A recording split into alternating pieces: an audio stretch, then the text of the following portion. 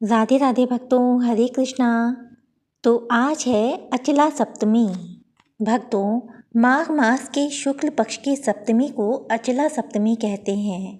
ये तिथि अपने आप में बहुत महत्वपूर्ण होती है और इस दिन किया हुआ जप, पूजा, स्नान, दान बहुत महत्वपूर्ण है। कहते हैं इस दिन किया हुआ दान और जप अक्षय हो जाता है, अर्थात इस दिन कमाए हुए पुण्यों का कभी क्षय नहीं होता है।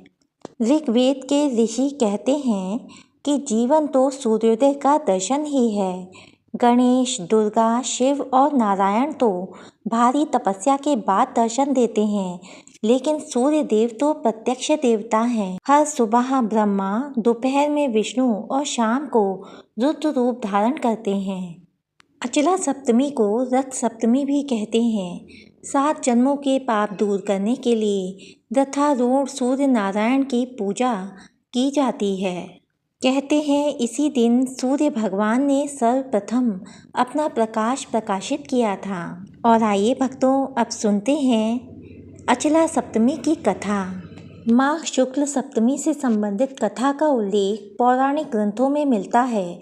कथा के अनुसार भगवान श्री कृष्ण के पुत्र शांब को अपने शारीरिक बल पर बहुत अभिमान हो गया था। एक बार दुर्वासा ऋषि भगवान श्री कृष्ण से मिलने आए। वे बहुत अधिक दिनों तक तप करके आए थे और इस कारण उनका शरीर बहुत दुर्बल हो गया था। शांब उनकी दुर्बलता को देखकर जोर जोर से हंसने लगा और अपने अभिमान के चलते उनका अपमान कर दिया।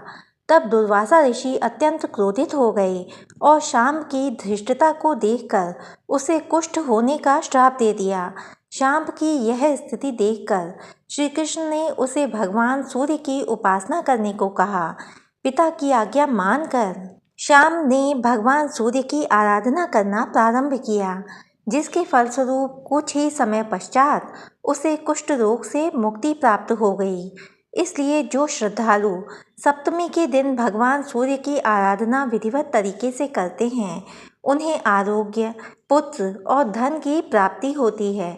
शास्त्रों में सूर्य को आरोग्यदायक कहा गया है तथा सूर्य की उपासना से रोग मुक्ति का मार्ग भी बताया गया है। इस व्रत को करने से शरीर की कमजोरी, हड्डियों की कमजोरी, जोड़ों का दर्द आदि रोगों से मुक्ति मिलती है। इतना ही नहीं, भगवान सूर्य की ओर अपना मुख करके सूर्य स्तुति करने से चर्म रोग जैसे गंभीर रोग भी नष्ट हो जाते हैं। धार्मिक ग्रंथों के अनुसार यदि विधि विधान से यह व्रत किया जाए तो संपूर्ण माघ स्नान का पुण्य फल मिलता है।